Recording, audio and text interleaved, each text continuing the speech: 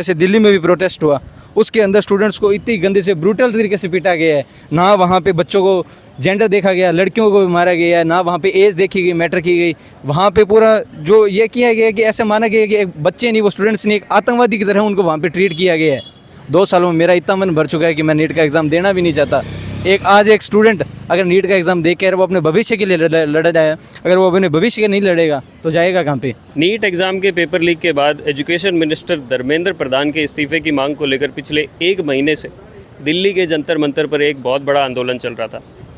कल जो संसद मार्च के अंदर हमारे सामने जो तस्वीरें सामने आई वो हम सब ने देखी, जिसके बाद में ये आंदोलन जो है वो पूरे देश के अंदर एक बड़ा रूप लेता हुआ दिखाई दे रहा है। आप मेरे पीछे देख सकते हैं कि ये हमारे सूरतगढ़ के अंदर भी कुछ युवा आज भूख हड़ताल पे बैठे हैं। हमारी जो मांगे हैं, जो हाल फिलहाल में जो नीट परीक्षा हुई है उसमें धांधली को लेकर है, और जितनी भी सरकारी परीक्षा एजेंसियां हैं उनको लेकर है भी, इनमें जो तकनीकी सुधार हो और किसी प्रकार की कोई धांधली ना हो। और जिस प्रकार इतने बड़े पैमाने पर जो नीट पेपर लीक हुआ है उसके लिए हमने यहाँ प्रोग्राम रखा है। और जितने भी छात्र इस नीट परीक्षा के कारण और अन्य परीक्षाओं के कारण लीक होने के कारण आत्महत्या करते हैं, प्रताड़ित होते हैं, उन लोगों को एक श्रद्धांजलि सभा भी हमने यहाँ रखी है।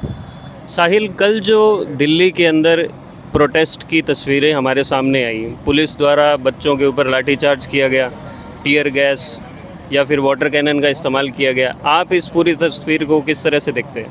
भाई ये पूरी से पूरी जो तरीका है वो सरकार का तानाशाही है। जब पहले दिन से सोनम वांगचुक जी और अन्य जो साथी धरने पर बैठे थे, आमरण अनशन पर बैठे थे, सरकार को उनको वार्ता करके कोई भी मध्यस्थता स्थापित करने का प्रयास किया जाना चाहिए था। भाई इतिहास में हम पूर्व में जब भी देखते हैं भी इतने आमरण अनशन हुए तो सरकार ने वार्ता कर मध्यस्थता स्थापित करने का प्रयास किया है। चाहे वो जब सोनम वांगचुक के पिताजी सोनम वांग्याल जी जब धरने पर बैठे तो इंदिरा गांधी स्वयं लेह पहुंचकर उनका आमरण अनशन समाप्त करवाया था। इसी प्रकार जब अन्ना हजारे जी भी आमरण अनशन पर बैठे तो 4 दिन बाद ही सरकार के प्रतिनिधिमंडल पहुंचकर वार्ता कर उनका समाधान करने का प्रयास किया था। जो स्टूडेंट धरना स्थल पर आमरण अनशन पर बैठे हैं सर, वो पाकिस्तान के तो है नहीं या किसी और देश के तो है नहीं, अपने ही देश के विद्यार्थी हैं, उनसे वार्ता करने का तो उनका फ़र्ज़ बनता ही है। एक बार तो उस धरनार्थियों से पहुंचकर बात करें।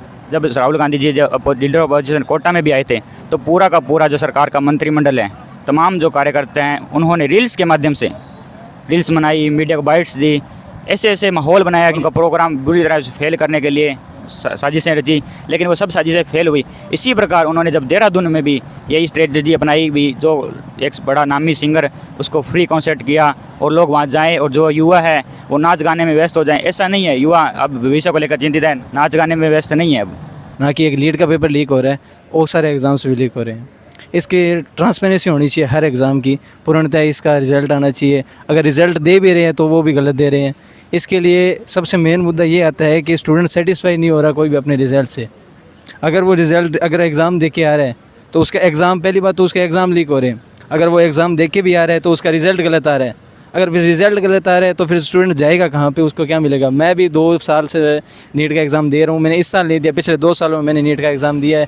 2 सालों में मेरा इतना मन भर चुका है कि मैं नीट का एग्ज़ाम देना भी नहीं चाहता।